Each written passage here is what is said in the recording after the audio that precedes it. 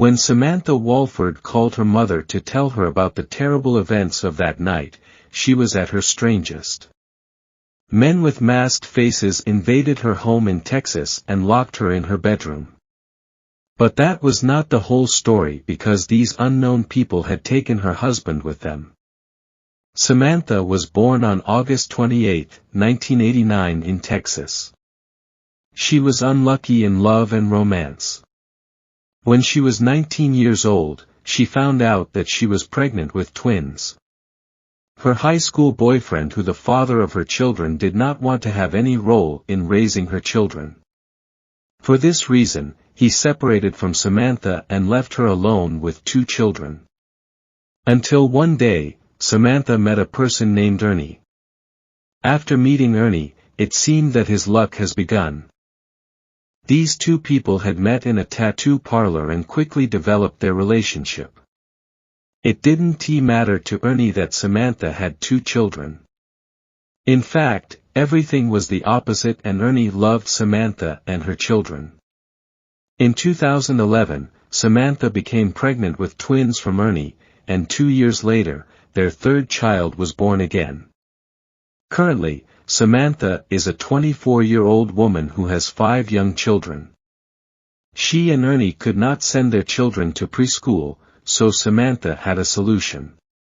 He had no choice but to quit his job and spend his days at home taking care of his children. Even though he had 2 jobs, Ernie realized that having 2 jobs could not provide enough for this family, so he started looking for a 3rd job. Ernie would do extra shifts as much as he could, and when he gets home, he doesn't spend any extra time with his wife, Samantha, and in front of Samantha, he was tired of messing with the kids. Although Ernie's work was heavy, he had enough money. She didn't have this life to live. Time passed and Ernie and Samantha's relationship got into trouble. Samantha felt that her husband had the same amount of love and attention as before and did not care about her. After seeing this situation, Samantha decided to find a way. Make it for himself. Finally, he decided to start his activity on YouTube and become a YouTuber. I've always wanted to be an actress. I think it is so much fun. I've been extras in movies. I've had small parts in like short films, and I've done plays. I think it is so much fun, and it is so beautiful. It is one of the most amazing forms of art ever, to be able to express yourself that way. I think it's amazing. Samantha's YouTube channel follows a story that her subscribers find interesting. A young mother talks about how hard it is to raise children. She uses her videos as a diary and talks about her personal life and dreams. She talked about her wishes and desires. Despite Samantha's success on YouTube, her relationship with her husband did not improve at all and even became worse than before. Samantha spent her time and energy on her online personality, which made her pay less attention to her children. For example, when Ernie returned home after his shift, he would notice that the children were hungry and there was no way to take care of them. After these issues, the fight between them reached its peak, so Samantha decided to share this issue with one of her closest childhood friends, Stephen Patterson. Samantha asked her friend to take care of her, and this was the beginning of a terrible incident. Samantha, on February 20, 2015 in the morning soon, she called her mother and she cried and said that an unknown person entered her house and locked her up. Instead of calling the police, Samantha's mother called her sister named Ginger. Ginger was the first person who came to Samantha's house after this. He was gone. After he got to that house, he untied Samantha's hands and feet, which were bound, and came across a strange thing, that the children were all in the same bedroom, calm and peaceful. Ginger finally called 911. What's your emergency? I have a home invasion. My niece is tied up. I am at the verge of untying my niece at this particular moment. Because she's tied up. She is tied up and gagged. what you said, ma'am. Is there anybody else there? So where are the kids? We have 5 small infants asleep. 5 small infants asleep? Yes, ranging from 7 to 1. 7 to 1 years old? Yes, ma'am. Does she know, Samantha, did you know who the suspects are? Can I talk to her? Is she able to speak? Yes. Hello. Hi, Samantha. I know you're upset, but I'm going to ask you a couple questions. Do you need EMS? No, they didn't do anything to be baby wife. She's advising no, they only hit her once. Okay. And I just asked my aunt if it was bruising or anything, and she said no, they hit me in the face. Okay, they hit you in the face? Yeah, they had me tied up and they dragged me down the stairs to face my husband. And when my husband went in to face me, they hit me in the face. Like, that can slap me. And so he looked at me then and they said, I thought that would get your attention. And I want you to stare at this woman. Do you want us to kill her? And he said no. And they said to tell us the truth. And he said, I don't know anything. After this conversation, the police went to Samantha's house and at first they noticed something strange. There was no sign of disturbance inside the house. Nothing was broken and no valuables were missing. In fact, no sign of a criminal. She was not inside the house. These people tied up Samantha and took Ernie. After these incidents, the police took Samantha to the interrogation room.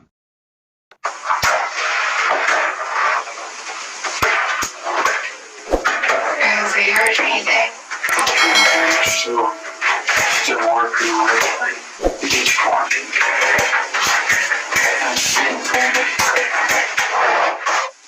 I feel like there's something he hasn't been telling me, but I don't know what. What's your gut feeling tell you that? I think it's something to do with. What do you think it would be going on?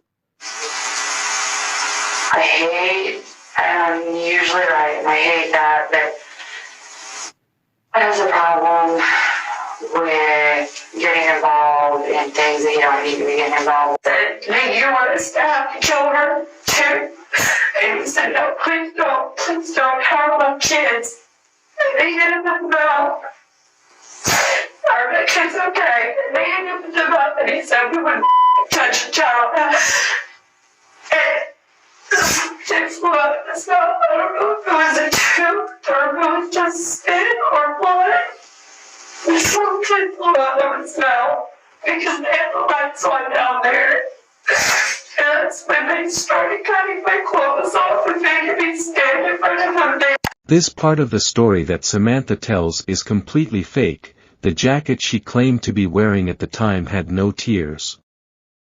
She didn't recognize the voice or nothing about I tried listening to everything.